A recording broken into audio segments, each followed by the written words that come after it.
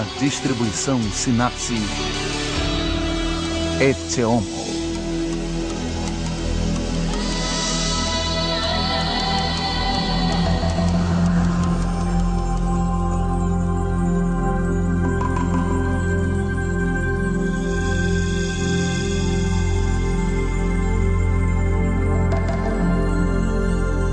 A cidade.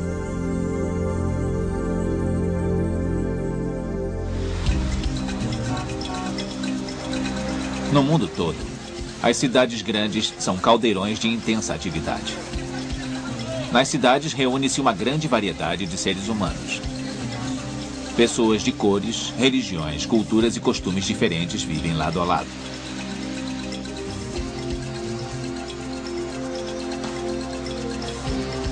É nas cidades que as decisões políticas e econômicas mais importantes são tomadas. Elas são o ponto de origem das modas e das tendências.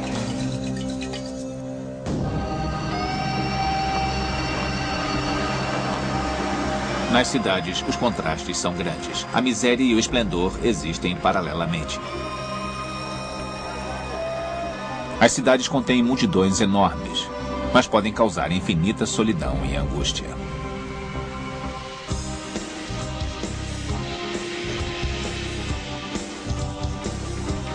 Em todo o mundo, as cidades estão crescendo, não apenas em número de habitantes, mas também em tamanho e densidade.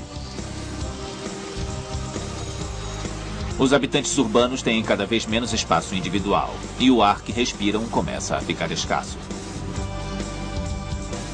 Apesar disso, hordas de pessoas migram para as cidades em busca de esperanças e de oportunidades ilimitadas.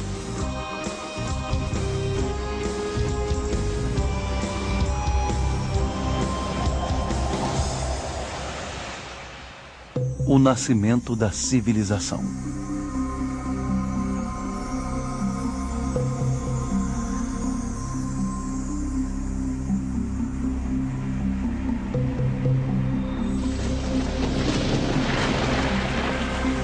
A sobrevivência do homem sempre dependeu da generosidade da natureza. Não foi por acaso que as primeiras cidades do mundo surgiram nas terras férteis do sudoeste da Ásia.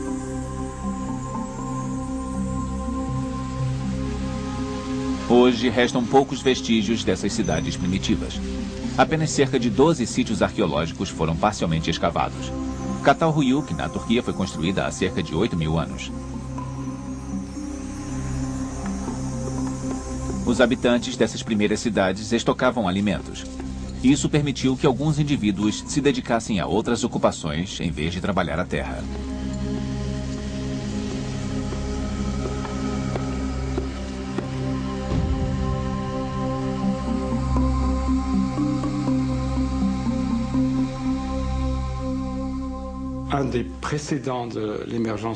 As cidades só puderam existir depois do surgimento da agricultura.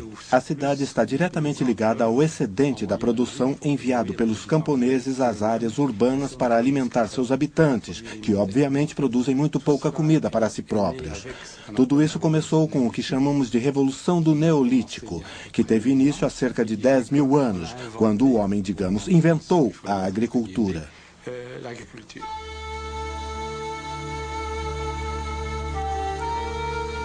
As grandes cidades da Suméria foram construídas há 5.000 anos às margens dos rios Tigre e Eufrates. Elas contavam com bairros especializados. As moradias eram todas construídas bem próximas umas às outras no mesmo plano, dividido por ruas e cercado de fortificações.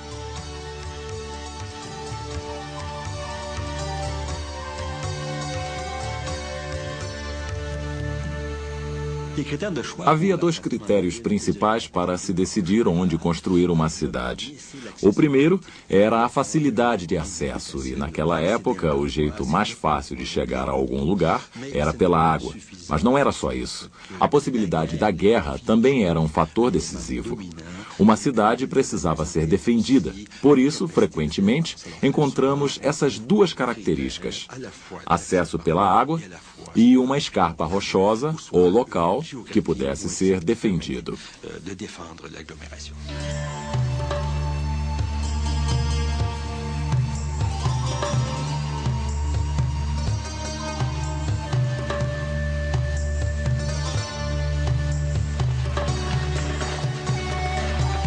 Com seus mercados, templos, prédios administrativos e oficinas, a cidade de Ur tinha uma população de quase 25 mil habitantes. A sociedade sumeriana foi muito próspera.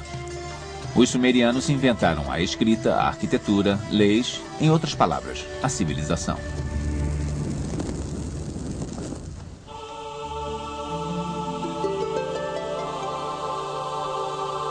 Desde o princípio, as cidades atraem as pessoas e estimulam ideias. Há 2.500 anos, a civilização grega cresceu na forma de cidades que começavam no mar e se espalhavam até as encostas das montanhas.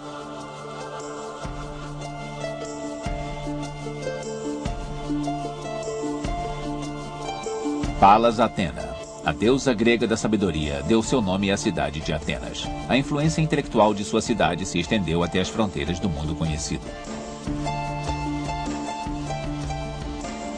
Os atenienses consideravam a liberdade muito importante. Eles discutiam questões públicas na ágora, ou praça do mercado. Foi assim que nasceu a democracia.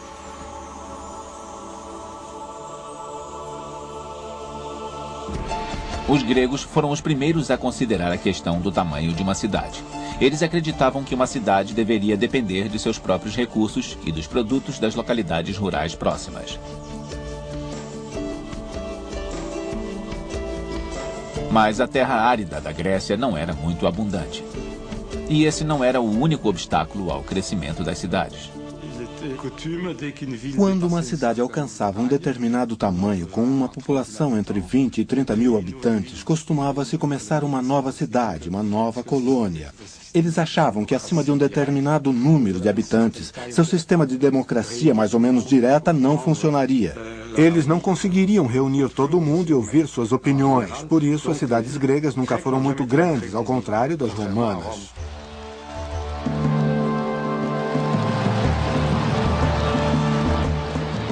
Em seu auge, Roma abrigou mais de 1 milhão de habitantes. Os romanos eram grandes construtores.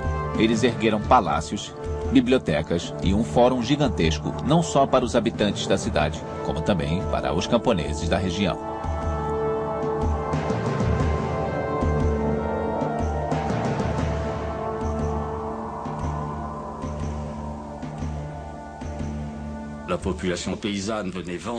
Os camponeses vinham vender seus produtos e comprar roupas e ferramentas. Mas também no começo da história urbana, também constatamos que a cidade havia se tornado o lugar das trocas sociais e culturais e dos jogos.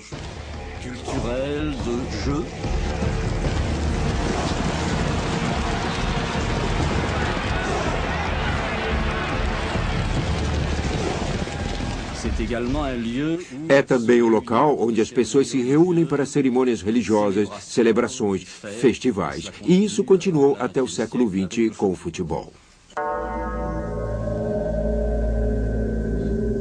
Em Roma, as moradias escasseavam. A cidade não podia ser aumentada porque estava cercada por um parque imperial. E as novas construções constantes ocupavam os terrenos disponíveis. A Roma antiga tinha um sério problema de superpopulação, além de ter de lidar com a poluição. A higiene em Roma não era como hoje em dia, apesar de os cidadãos terem acesso à água, pois havia fontes e banhos públicos.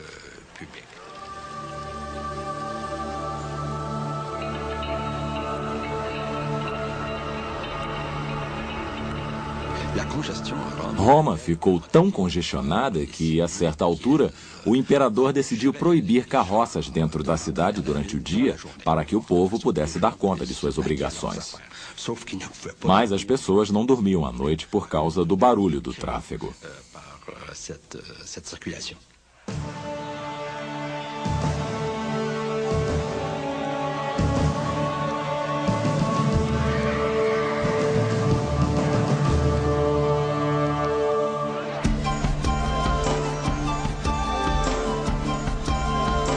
Existiam cerca de 200 feriados religiosos ou civis no calendário romano. Dizia-se que um romano preferiria morrer a viver sem espetáculos.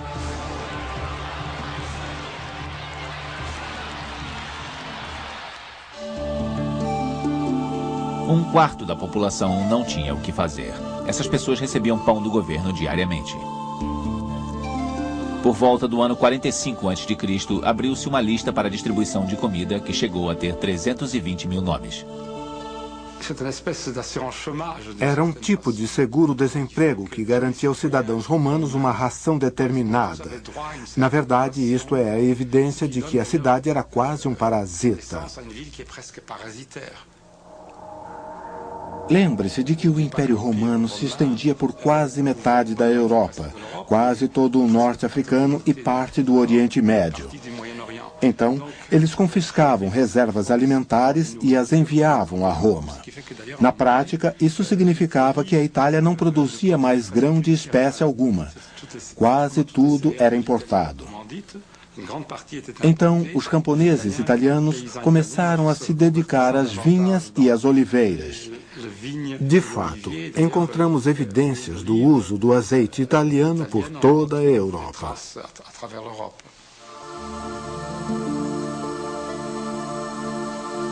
Roma deu origem a muitas cidades semelhantes.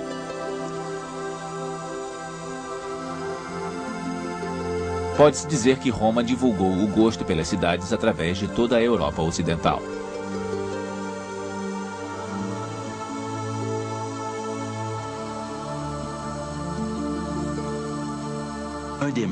Um dos projetos ainda evidentes em toda a Europa é o modelo romano da interseção de duas ruas, a Quardo, correndo de norte a sul e vice-versa, e é Decumalos, com as fortificações, é claro. Isso existe em toda a Europa. E na Inglaterra, as cidades cujos nomes terminam em Cister, como Gloucester, eram antigas cidades romanas. Cister significava ruas dispostas em quadrados ou padrão em tela. No século V d.C., houve a queda do Império Romano. Algumas cidades foram invadidas por bárbaros. Outras foram tomadas pela anarquia e abandonadas em seguida. Subitamente, Roma tinha apenas 16 mil habitantes. Mais de 1000 anos se passaram até surgir outra grande cidade.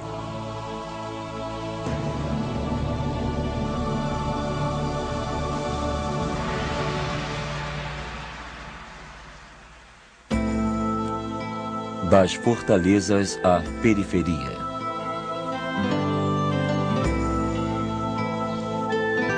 Na Idade Média, as antigas cidades romanas que sobreviveram e as novas cidades que foram construídas seguiam um modelo característico: a cidade medieval.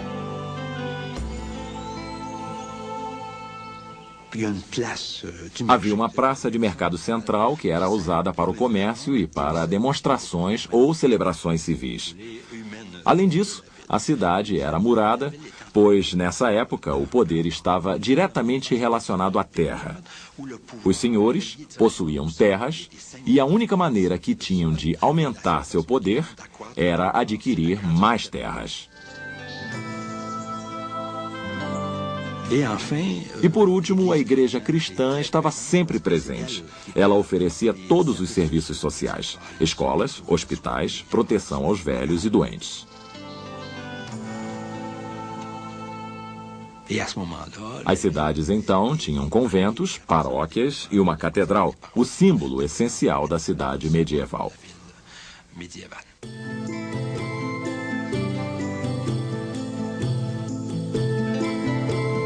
No século XII, o aumento da atividade econômica levou a uma nova onda de crescimento das cidades.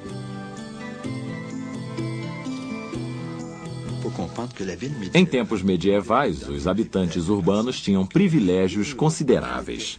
Os habitantes da área rural local eram servos do senhor de terra e tinham o compromisso de realizar sua parte do trabalho na terra, pagar dízimos da produção e prestar serviço militar.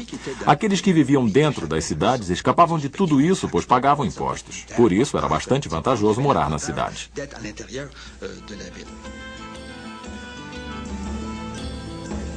Mas não havia bastante espaço para os recém-chegados dentro da cidade. Então eles se estabeleciam do outro lado das muralhas. Esta foi a origem dos burgos, onde os comerciantes se instalaram. Mesmo assim, as cidades medievais continuaram bem pequenas, raramente com mais de 50 mil habitantes. Mas mesmo pequenas foram responsáveis por inovações. Elas organizavam a coleta de impostos, o controle alfandegário e as finanças públicas.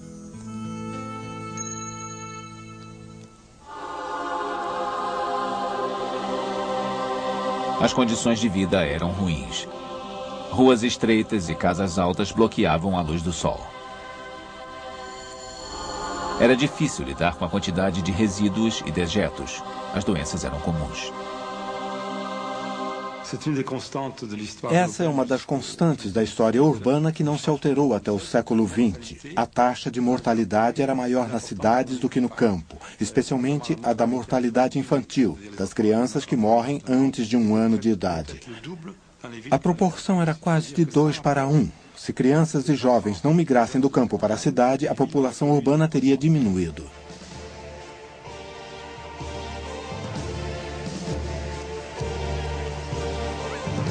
No século XIII, as cidades do norte da Europa formaram uma aliança para proteger seu controle das rotas de comércio. Era a ANSA, ou Liga Hanseática, que unia a Alemanha e os Balcãs à Inglaterra.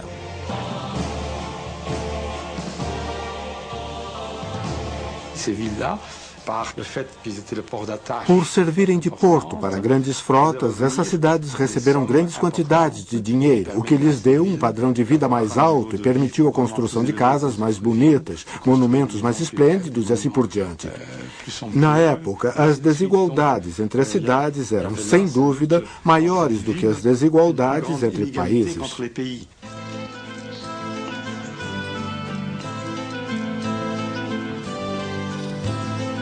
Ao final da Idade Média, o poder político foi centralizado. Os monarcas estabeleceram suas cidades capitais e, com o tempo, demonstraram sua autoridade com a realização de projetos arquitetônicos impressionantes.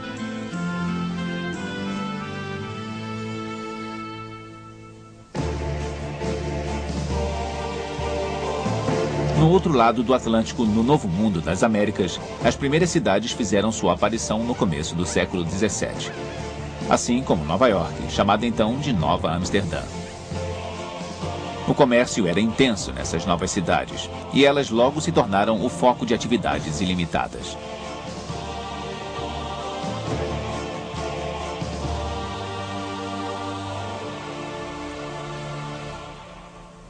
Ainda no século XVIII, as cidades norte-americanas estavam crescendo tão rapidamente que a densidade populacional e o crescente número de veículos causavam engarrafamentos em várias ruas da cidade. Não havia regras para melhorar o fluxo do tráfego. Então, desde o começo, as carroças, carros puxados por animais e pedestres já entupiam as vias urbanas.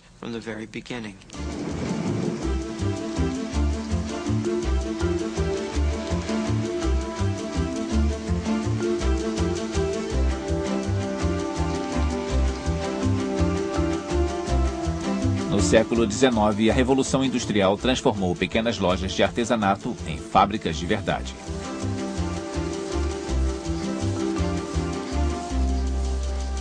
Apesar de terem suas origens na atividade comercial, as primeiras cidades norte-americanas também começaram a desenvolver bases industriais. A Filadélfia se tornou a mais importante cidade industrial do país. Sapatos, roupas e outros bens de consumo. Chicago, apesar de ser um centro comercial, tornou-se um centro de produção alimentar em meados do século XIX. Na Europa, como nos Estados Unidos, o trem foi um fator decisivo para o crescimento das cidades. A partir de então, as fábricas passaram a ser construídas perto das ferrovias. As moradias dos trabalhadores ficavam aglomeradas em volta da fábrica porque ainda não havia meios de transporte públicos.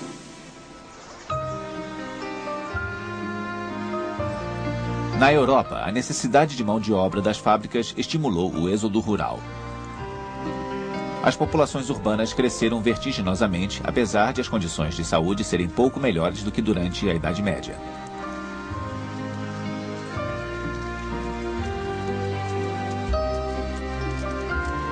Em 1810, Londres se tornou a segunda cidade na história a ter 1 milhão de habitantes.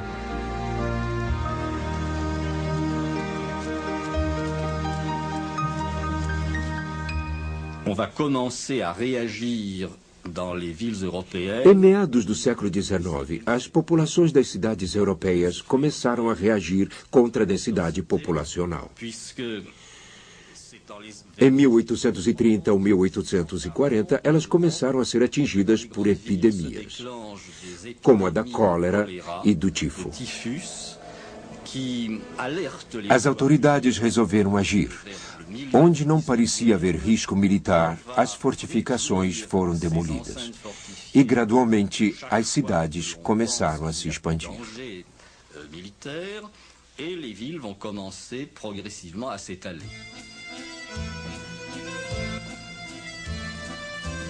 Pouco a pouco, as cidades se deslocaram para se adaptarem às exigências da era industrial. Em 1853, o barão Haussmann, prefeito de Paris, iniciou a tarefa de transformar a cidade completamente.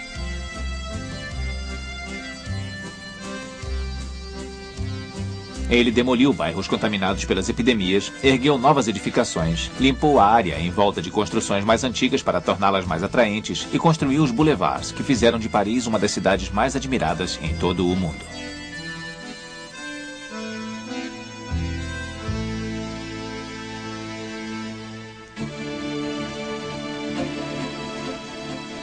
Os Estados Unidos estavam abarrotados de recursos naturais esperando para ser explorados.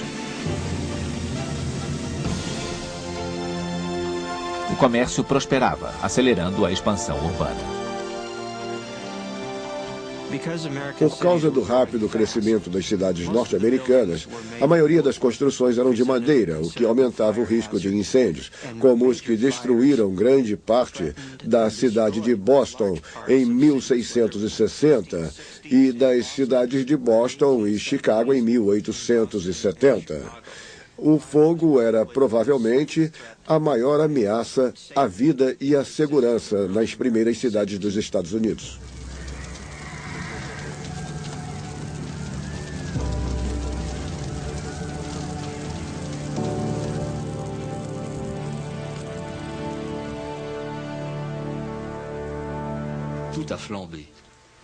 Tudo ardeu em chamas.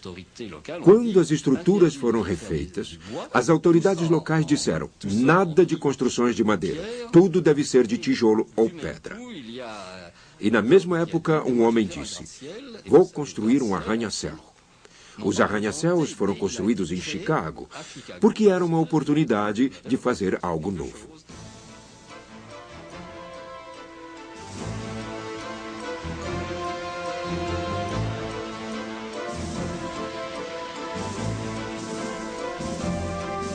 Nos Estados Unidos, incentivadas pelo influxo de imigrantes, as cidades cresciam a uma velocidade estonteante.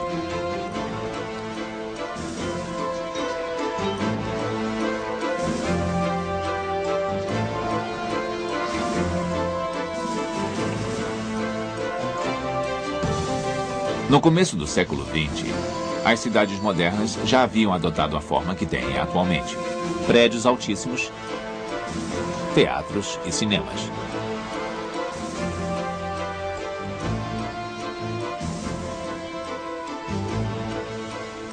Com o desenvolvimento dos transportes públicos, mais e mais pessoas puderam ir morar na periferia da cidade. Era o começo dos subúrbios.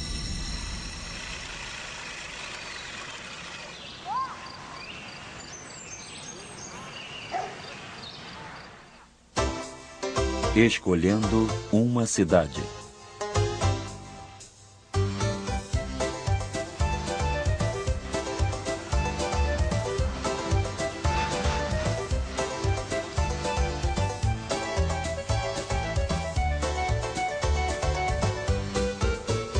Nos Estados Unidos, o fluxo para os subúrbios continuou ininterrupto durante todo o século. Nos subúrbios, onde a terra e os impostos eram mais baratos, a classe média pôde atingir o sonho americano. Uma casa própria com um jardim onde as crianças podiam brincar em segurança.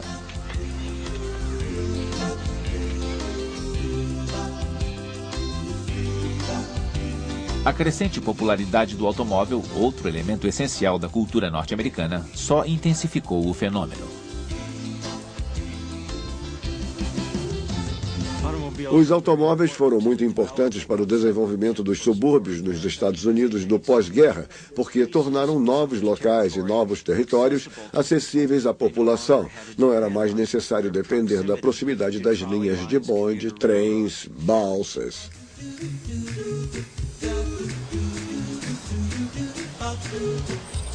Pequenas áreas suburbanas separadas por zonas rurais costumavam se amontoar junto às linhas de transporte público.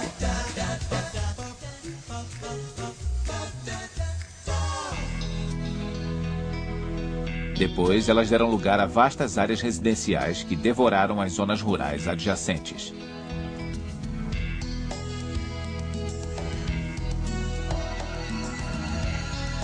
A proliferação de bairros residenciais separados dos locais de trabalho e dos centros comerciais causou enormes desperdícios de tempo e energia.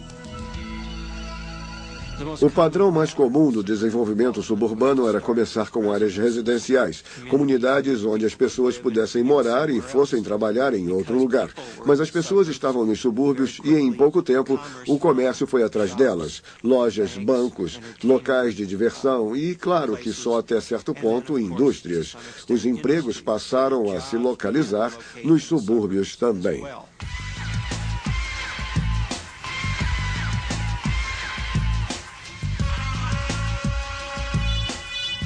Marcadas pelas vias expressas necessárias para o transporte dos moradores do subúrbio, as cidades foram divididas em guetos.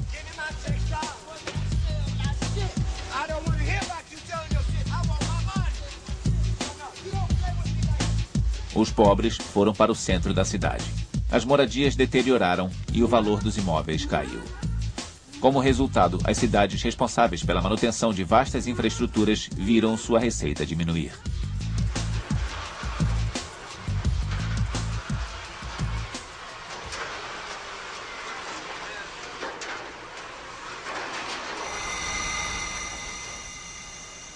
Desde meados da década de 70, há pessoas lutando para ressuscitar o centro de várias grandes cidades norte-americanas.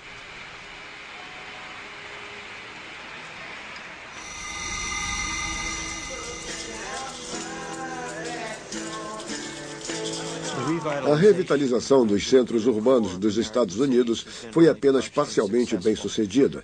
Certos distritos como Boston, Faneuil Hall, a área de Quincy Market e do porto interior de Baltimore conseguiram trazer as pessoas de volta aos restaurantes, locais de entretenimento e atrações no centro da cidade.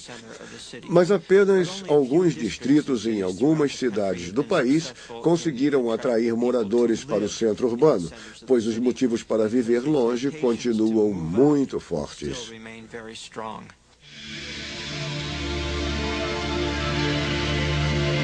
As relações entre as cidades e os subúrbios diferem radicalmente de um lado do Atlântico para o outro. Na França, a elite não abandonou o centro urbano. O êxodo na direção da periferia é alimentado basicamente pela população pobre, imigrantes em especial que por razões históricas foram empurrados para fora da zona urbana.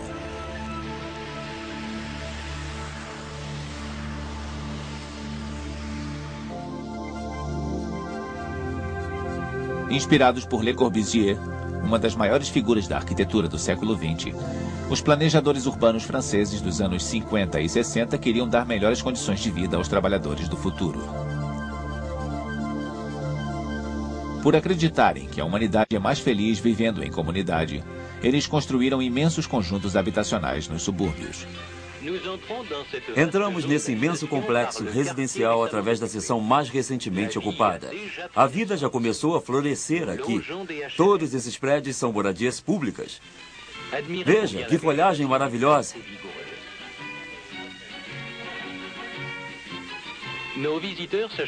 Nossos visitantes se dirigem para um apartamento com verdadeiros inquilinos. Por alguns momentos, experimentarão uma cálida intimidade.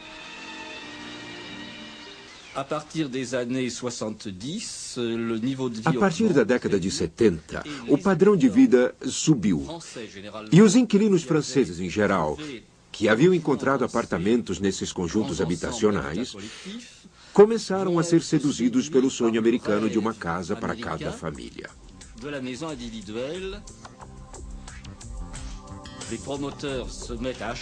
As construtoras estavam prontas para oferecê-las. Começaram a comprar terras de fazendas e a construir subdivisões seguindo o padrão inglês ou americano.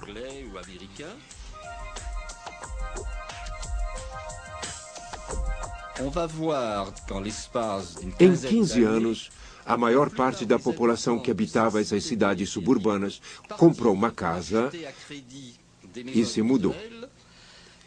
Nessa época, a França se tornou o destino de muitos imigrantes. Cidadãos das ex-colônias francesas no norte e no centro da África iam para a França, porque a oferta de trabalho era grande. E já que não havia outras moradias, eles se dirigiram para todos esses conjuntos habitacionais suburbanos.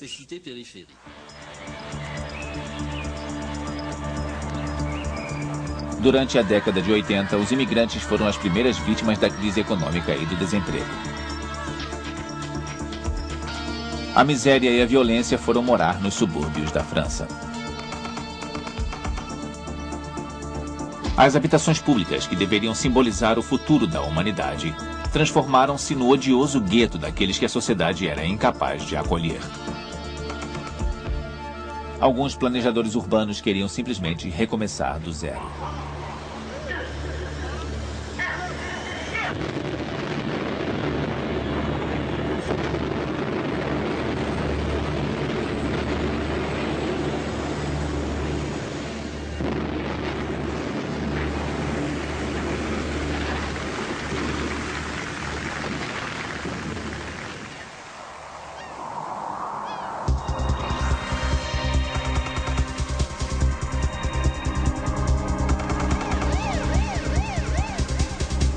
O crime e a tensão social estão por toda parte. Isso ajuda a sustentar uma aversão às cidades que não é novidade na história humana.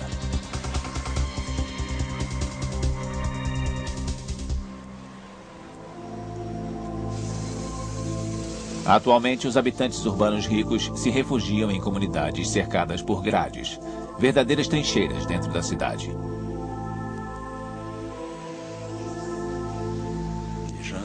Os ricos podem arcar com coisas que lhes trazem conforto. Gostando ou não, vivemos em uma sociedade violenta e, por isso, nós nos protegemos como na Idade Média, com cercas e guardas armados. Eles usavam arcos e espadas, nós usamos metralhadoras.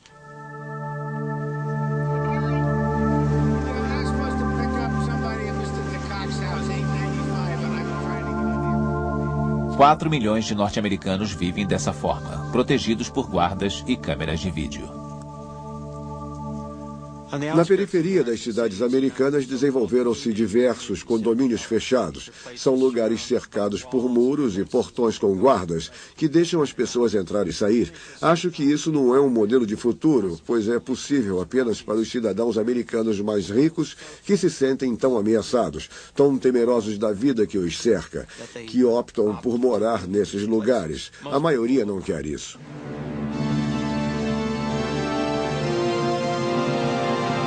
A cidade tradicional, onde os conceitos de civilidade, urbanidade e democracia tiveram origem, deu lugar à metrópole, um sinônimo de insegurança, insensibilidade e anonimato.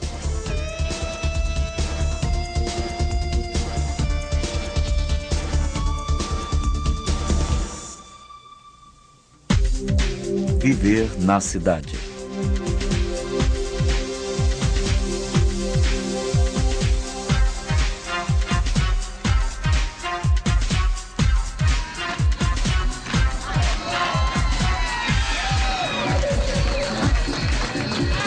As cidades grandes são vibrantes, ricas, cosmopolitas e terrivelmente atraentes.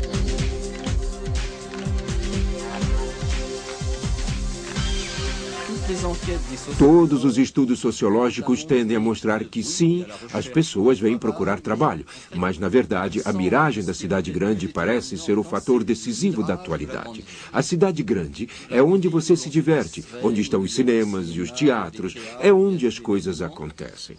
É óbvio que não podemos esperar encontrar numa cidade de 20 mil habitantes a mesma animação que você vê em Nova York, Londres ou Paris.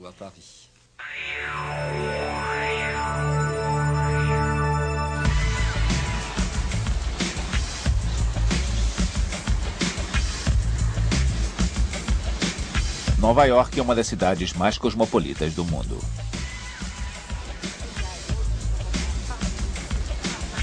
Quer tenham nascido em Manhattan ou acabado de sair de um barco de imigrantes, brancos e negros, asiáticos e hispânicos estão lado a lado nessa metrópole frenética.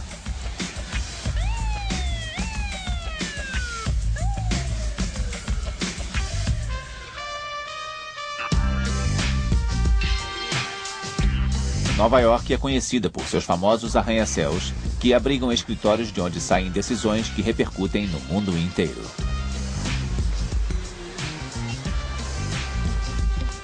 A cidade também é um caldeirão fervilhante de criatividade.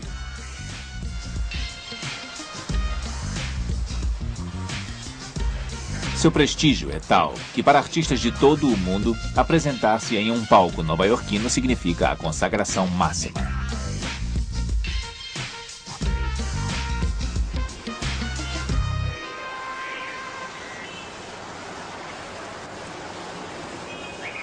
A atração exercida pelas cidades grandes é um fenômeno universal. Com cerca de 20 milhões de habitantes, a Cidade do México é a mais populosa do planeta.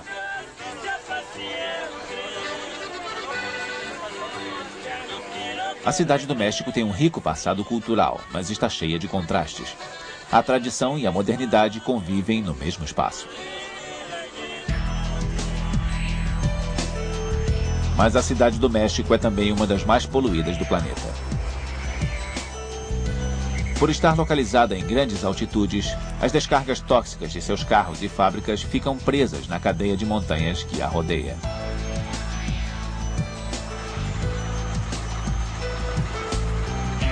Algumas vezes o ar fica tão contaminado que dizem que passar um dia respirando na Cidade do México equivale a fumar 2 maços de cigarros.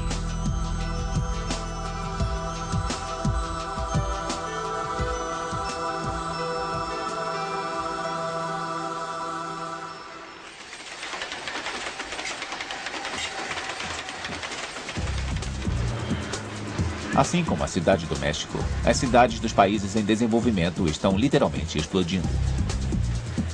Por volta de 1930, havia mais de 150 milhões de pessoas morando nos países em desenvolvimento. Atualmente, esse número é mais do que 10 vezes maior.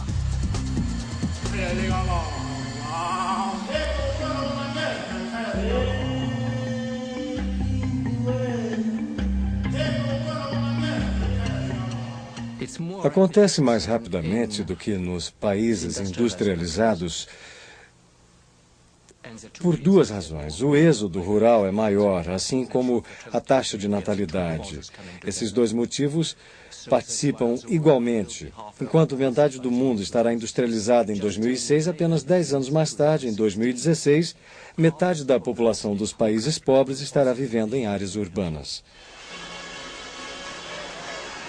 Os camponeses emigram porque não existe mais terra suficiente no campo para que todos possam trabalhar. Além disso, os salários na cidade são melhores. Não é um processo inconsciente. Todas as evidências indicam que a migração é um processo racional. As pessoas sabem o que estão fazendo. Se vão para a cidade é porque sabem que ela existe. Elas vêm preparadas, têm contatos na cidade, seguem os parentes. Elas não vêm por causa das luzes brilhantes, mas em busca de uma vida melhor. A explosão urbana tem muitas consequências. Sob pressão, as infraestruturas acabam cedendo. Os habitantes mais pobres da cidade ocupam os terrenos baldios. Em poucos meses, constroem bairros inteiros com chapas de zinco, madeira ou papelão.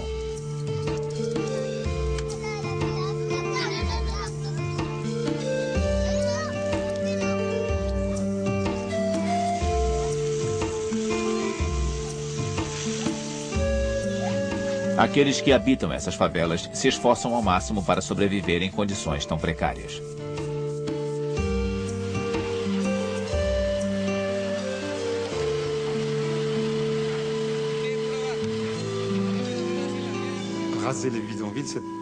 demolir as favelas. Essa ideia é altamente discutível, pois de certa forma elas também têm um papel positivo.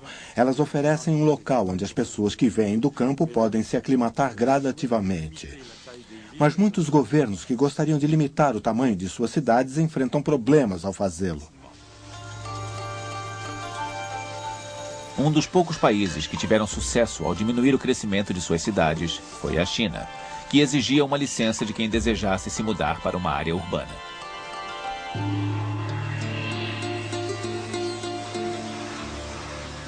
Em alguns casos, entretanto, o crescimento diminui por si só.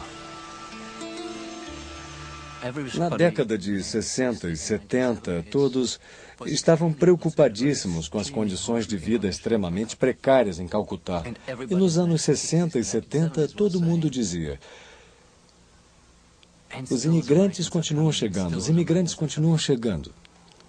Com a publicação dos resultados do censo de 1980, vimos que a taxa de crescimento de Calcutá era mais baixa do que as taxas de crescimento natural da população. Isto é, as pessoas reagem quando a situação é muito ruim.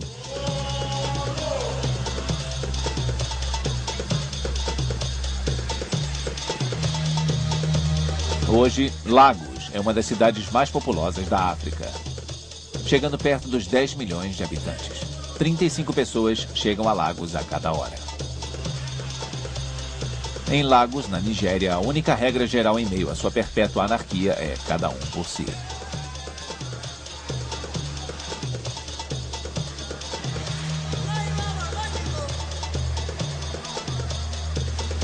Quase todos os serviços foram privatizados, incluindo educação, saúde e transporte.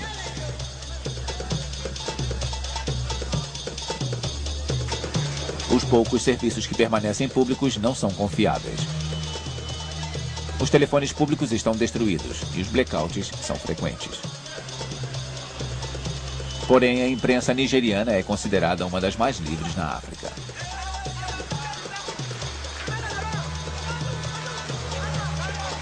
Apesar da repressão, greves e passeatas estudantis são muito comuns.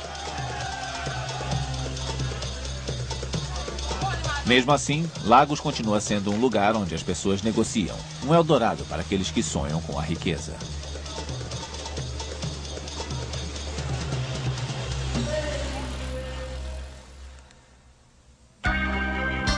A cidade em evolução.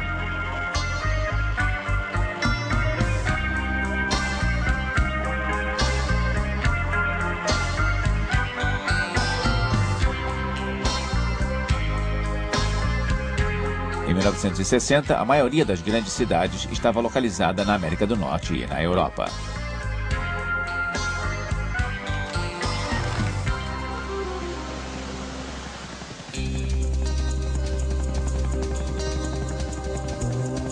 Essa tendência inverteu-se no começo dos anos 80. Hoje, das 20 cidades que têm mais de 10 milhões de habitantes em todo o mundo, 16 pertencem a países em desenvolvimento.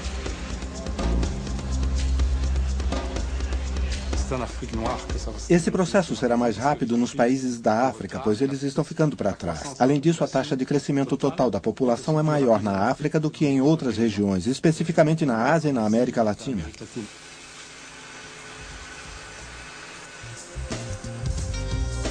Entre as cidades dos países industrializados, onde se tenta melhorar a qualidade de vida dos cidadãos, e as cidades dos países em desenvolvimento, onde as autoridades estão tentando oferecer um mínimo de infraestrutura, as diferenças são colossais, mas os problemas são os mesmos. As cidades causam crises ambientais. Elas precisam crescer e, por isso, ocupam terras férteis e ameaçam metade das áreas litorâneas do mundo.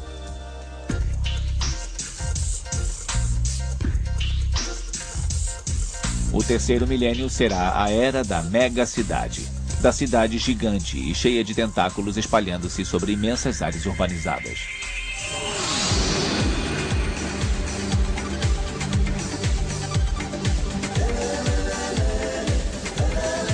A Grande São Paulo cobre uma incrível área de 8.000 quilômetros quadrados.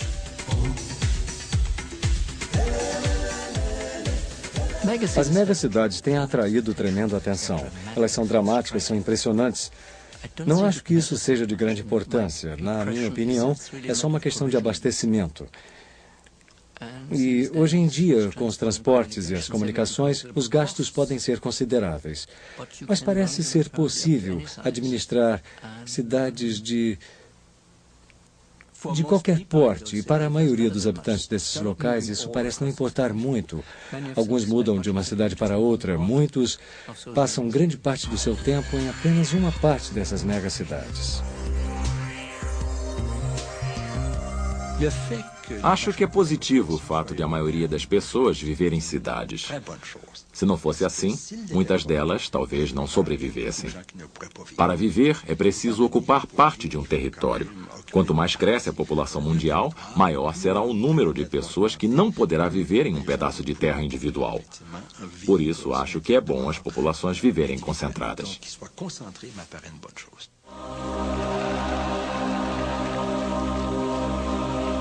A atração das cidades depende de uma lei bem simples. Quantidade atrai quantidade.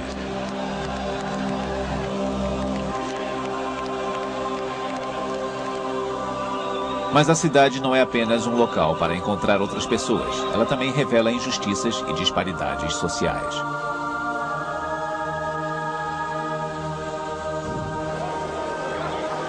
É nas cidades que nascem as revoluções. É nas cidades que ocorrem os movimentos mais sangrentos. E ainda assim, é na cidade que as pessoas se unem para reforçar suas crenças comuns. Alguns observadores previram que o uso da internet e outros meios de comunicação e a oferta de entretenimento em casa acabará com a necessidade das cidades, pois permitirão que as pessoas realizem seus negócios, façam compras e se divirtam sem o tipo de contatos que eram tão comuns na vida urbana do passado. Espero que isso não aconteça no futuro, pois, na minha opinião, os seres humanos são essencialmente animais sociais, que precisam do tipo de centralização, dos estímulos culturais e dos valores que sempre existiram na vida urbana.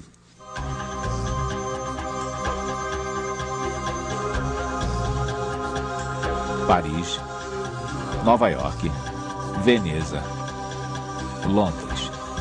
Esses nomes evocam imagens de todo tipo de monumentos famosos.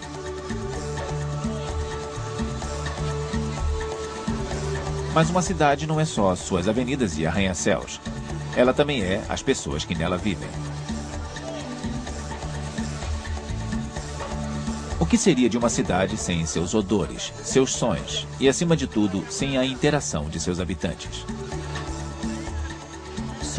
As relações sociais nas áreas urbanas são diferentes porque as pessoas podem escolher como se dão os relacionamentos, com que pessoas se relacionar. As áreas urbanas são diferentes porque todos os tipos de gente que em outros lugares seriam minorias podem constituir verdadeiras multidões nas cidades. E é por isso que as cidades são centros de inovação, uma área em que isso se torna dramaticamente claro. É a política, novas ideias, pessoas apoiando novas ideias, pessoas promovendo novos ideais e mudanças políticas. Isso é um fenômeno urbano. Na Idade Média, as pessoas construíam catedrais que pouco a pouco aproximavam-se do céu. Atualmente, nas nossas modernas metrópoles, construímos torres que desafiam as leis da física.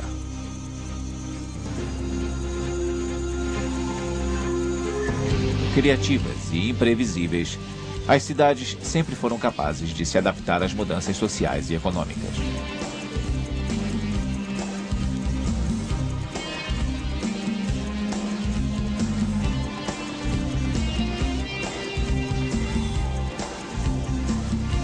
Entre as cruéis metrópoles e a cidade ideal, o espaço urbano do século XXI continuará a se reinventar.